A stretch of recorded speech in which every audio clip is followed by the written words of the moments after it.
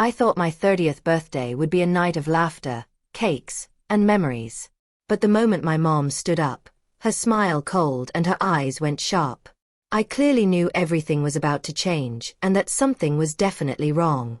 "Time for the truth," she said, her voice cutting through the room. "You were never really part of this family. We adopted you as a tax benefit." My sister laughed cruelly, whilst my dad stayed silent, and the world I thought I knew shattered in an instant. I didn't panic. I didn't cry. I stood up confidently, pulled a big white envelope from my bag, and smiled. "Funny," I said calmly. "I also have 3 deep secrets to reveal." And that was when everything changed. Suddenly my mom shivered, and what came next made her leave her own home, leaving a stunned family. Finally, I had a life worth claiming as my own. For 30 years, I was treated as the family outsider, the invisible one, the background character in a story that was never about me. But that night everything changed. Growing up, I was always aware of the difference between me and my sister, Ella. She was the golden child, my parents' favorite, the one they bragged about to their friends, the one who got all the attention at school events, the one who always seemed to win without even trying. I, on the other hand, was the quiet one, the helpful daughter, the invisible shadow. Birthday parties for Ella were extravagant affairs, balloons, live music, Instagram posts that spanned a week. My birthdays? Forgotten cards, a cheap cake, or a polite dinner where my existence was almost a footnote. I tried to fit in. I tried to be the daughter they wanted me to be. But there was always something missing. Something unspoken, a subtle chill in my mother's gaze, a dismissive wave from my father when I spoke. Something that whispered to me, "You don't belong." Little did I know, that whisper wasn't just emotional abuse. It was truth, at least according to them. 2 weeks before my 30th birthday, I received a text from my mother. "Mina, we're celebrating your birthday at the Belmont. 6:30 p.m. Saturday. Don't be late." The Belmont. A high-end, private dining club in the city. Chandeliers, polished marble floors, the kind of place where people flaunt wealth and connections. My family loved it. My family thrived there. And suddenly, I was being told I had a special birthday there. I stared at the message, heart racing. Something about it felt wrong. My parents didn't suddenly remember I existed. This wasn't generosity. It was a performance. A trap. And I knew it. A week later, I received a call from an unfamiliar number. "Ms. Whitmore," the voice said, professional and deliberate. "Yes. My name is Leonard Kane. I was your grandmother's attorney. She left instructions specifically for you. You must come in before your birthday." My grandmother, Iris Whitmore, had passed 6 months prior. She was the only person in my family who had ever truly cared about me, not as an obligation, not as a trophy child, but as her granddaughter. She saw my potential, my struggles, my dreams. She was my secret guardian. I went to Mr. Kane's office the next day. The office smelled of polished wood and old books. He handed me a large cream envelope, sealed with wax and my grandmother's initials. "This was prepared 5 years ago," he said. "She wanted only you to have it. She said you might need it one day." Inside, I found a letter, trembling with her handwriting. Her will, naming me as the sole heir to the Whitmore estate. A smaller envelope labeled, "Open only if necessary." Her words hit me like a thunderclap. "Mina, if you are reading this, I am gone. You are my blood. You belong to this family more than anyone has ever admitted." The envelope marked, "If necessary," contains truths you may need. Use them wisely. Be brave. For the first time, I realized I had power in my hands. Power that had been denied me my entire life. That evening, I sat in my apartment, clutching the envelope, memories flooding back. I remembered my 8th birthday, when Ella received a brand new bicycle, complete with a shiny bell and streamers. I got a second-hand book and a faint smile from my mother. I remembered school recitals where Ella's performance was praised for talent and grace, while mine was politely clapped at, quickly forgotten. I remembered overhearing my mother tell a friend, "Mina's fine. She's quiet. She won't cause trouble." That quiet was invisibility. That won't cause trouble was the dismissal of my existence. And now, decades later, I held in my hands the tools to finally reveal the truth. Saturday arrived. The Belmont glittered under city lights. 40 guests, crystal glasses, chandeliers reflecting every detail of the polished floor. My parents were radiant, or rather, radiant with false smiles. Ella was in the corner, filming, documenting, performing even though it was my birthday. I sat at the table, the envelope pressed against my leg, hands trembling slightly, not from fear, but from anticipation. The dinner began. Polite conversation, polite laughter, polite smiles. The waiters glided around us, placing salmon and asparagus on plates. I almost let myself relax. Almost. Then my mother stood. She cleared her throat, tapped the microphone, and smiled that confident, rehearsed smile. "Thank you all for coming. Tonight is Mina's special day. 30 years. Can you believe it?" Polite applause. I nodded, allowing her to bask in the attention. Then she said it. Words that would haunt me forever.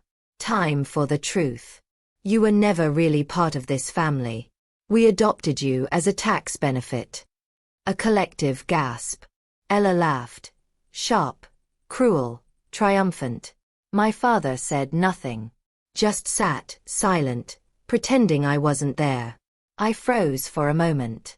Then, slowly, deliberately, I stood.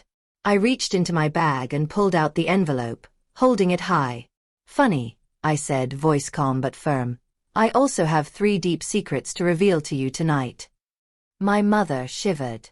Ella froze. My father's face went pale. The room went silent. "Secret 1. First," I said, opening the envelope, "I am the sole heir of the Whitmore estate. Everything my grandmother owned, all of it, is mine. She made sure no one else could touch it. Not you, not Ella." I spread the documents across the table. DNA verification. Photographs. Legal papers. My grandmother had anticipated this night and left nothing to chance. Gasps echoed through the room. My mother's confident smile faltered. Ella looked like she had swallowed a lemon. "Secret 2. I said, letting the words hang. "While you've been flaunting wealth and status, I've been quietly managing the family finances for 5 years." I detailed how I had been covering taxes, bills, and even some lavish expenses, using my own resources. "Without me, half of this family would be bankrupt," I said. "You relied on me and never noticed." My mother's face drained of color. Ella's phone slipped from her hand. My father's mouth opened and closed like a fish. "Secret 3, I said, holding up the smaller envelope. "You were wrong. I am not just legally adopted for a tax benefit. I am your daughter by blood. And your deception has been exposed." I held up DNA results, letters from my grandmother, and proof of my lineage. The room gasped again. My mother's hands trembled. She stepped back, afraid, powerless. "All these years," I said, voice low and steady, "you treated me as less than invisible, a means to an end. Now everyone here sees the truth." The guests murmured. My father froze. Ella shut off her phone. My mother's carefully curated facade shattered. She left, shivering, speechless, unable to stay in her own home. I gathered the envelopes, proof of my power, legitimacy, and rightful place. For the first time I felt seen. I felt respected. I felt free. That night, I reclaimed my voice, my dignity, and my place in my family, on my terms. The sound of the front door slamming echoed in my ears like a gunshot. My mother had left her own home. Her heels clicking against the marble floor were now replaced by an eerie silence, one that I had never felt before in that house. For the first time in my life, the Whitmore estate, this grand, intimidating house, felt like mine. I stood at the head of the dining table, envelopes in hand, heart pounding. The room was filled with stunned silence. My father sat frozen, his jaw tight, a shadow of disbelief painted across his face. Ella, my golden sister, once so confident and untouchable, now looked smaller than ever, her phone forgotten in her hand, her carefully constructed social media image shattered in real time. I felt a strange, intoxicating mix of relief and triumph. The air, heavy with tension, seemed to vibrate with the magnitude of what had just happened. I had dismantled the facade, exposed the lies, and reclaimed the power that had been denied to me for 30 years. Guests murmured behind their hands, some whispering to each other, others wide-eyed and stunned. I could feel their curiosity radiating toward me, and for the first time, it didn't terrify me. Instead, it energized me.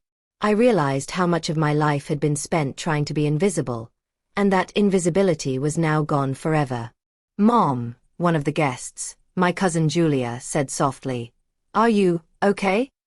I glanced toward my mother, who was now at the edge of the driveway, tears streaming silently down her face. She hadn't left the estate entirely yet. She was still clinging to the car door, trying to decide whether to flee the consequences or face the humiliation. But I didn't wait for her. I turned back to the table and addressed my father and sister.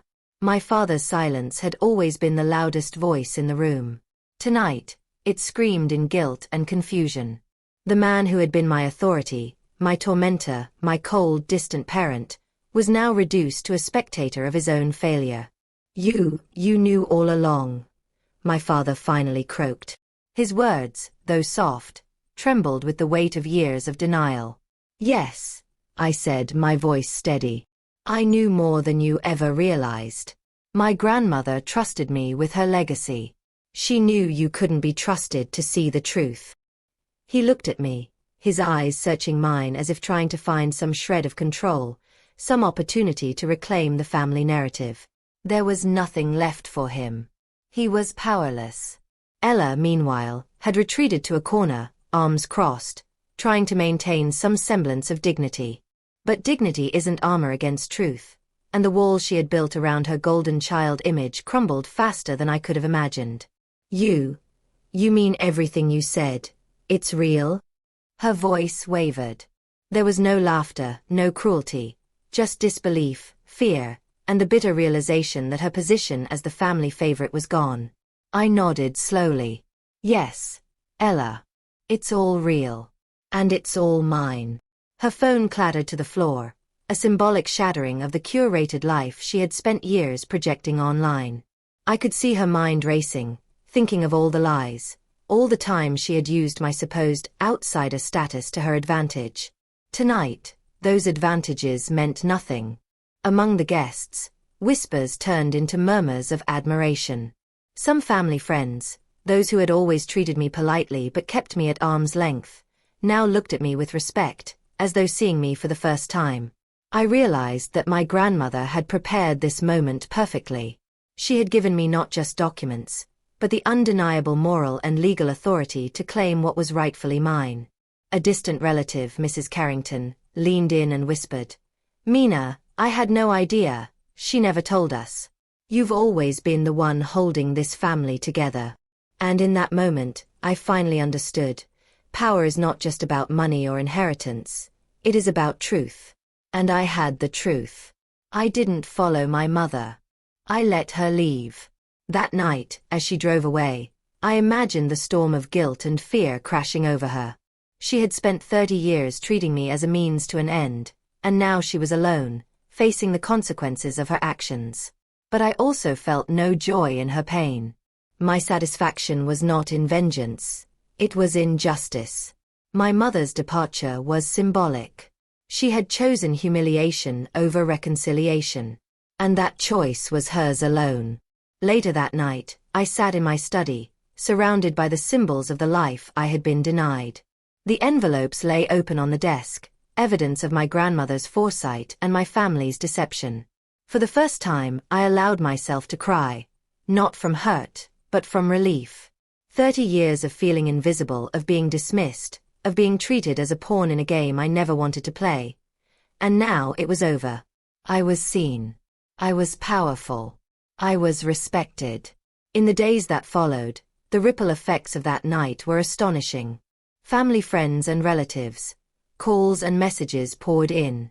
Some were congratulatory, some were shocked, some were probing for details. Everyone wanted to know the full story. And I told it, truthfully, calmly, without embellishment. Ella, my sister, initially tried to ignore me, refusing to speak for 2 days. But eventually she came to me, tears in her eyes, a mix of resentment and desperation. "Mina, how did you know?" she asked. I answered simply. I listened. I observed. And I prepared. It wasn't about revenge. It was about truth. My father, he didn't reach out. For the first time, I didn't feel anger at his absence. His silence was a reflection of his own guilt, and I allowed it to be that way. My mother, eventually she called, but not to apologize. Her voice was trembling. "Mina, she began, and then faltered. I let her struggle. She had to face the enormity of what she had done, alone. With my grandmother's inheritance, my family could no longer control me. I could fund my own projects, make my own decisions, and set boundaries that were respected. I could finally assert myself without fear. But power is never simple. Ella began to act out, subtle manipulations, passive-aggressive comments, attempts to regain attention from friends and extended family. I didn't react emotionally. I acted strategically. I set boundaries, documented everything, and ensured that my position was legally and socially unassailable. One evening, a week after the birthday incident, I walked through the house alone. The walls that had once felt cold and oppressive now felt like mine. I opened the grand windows and breathed in the night air, feeling the weight of 30 years lift off my shoulders. For the first time, I realized that my story wasn't just about exposing secrets or reclaiming an inheritance. It was about reclaiming my life. About standing in the truth, unafraid, unapologetic, unstoppable. And as I stood there, I whispered softly to myself, I am here. I am real. And I will never be invisible again. Moral lessons. This story shows that the deepest wounds are often caused by silence, favoritism, and cruelty disguised as honesty. Being pushed aside doesn't always break a person. Sometimes it sharpens them.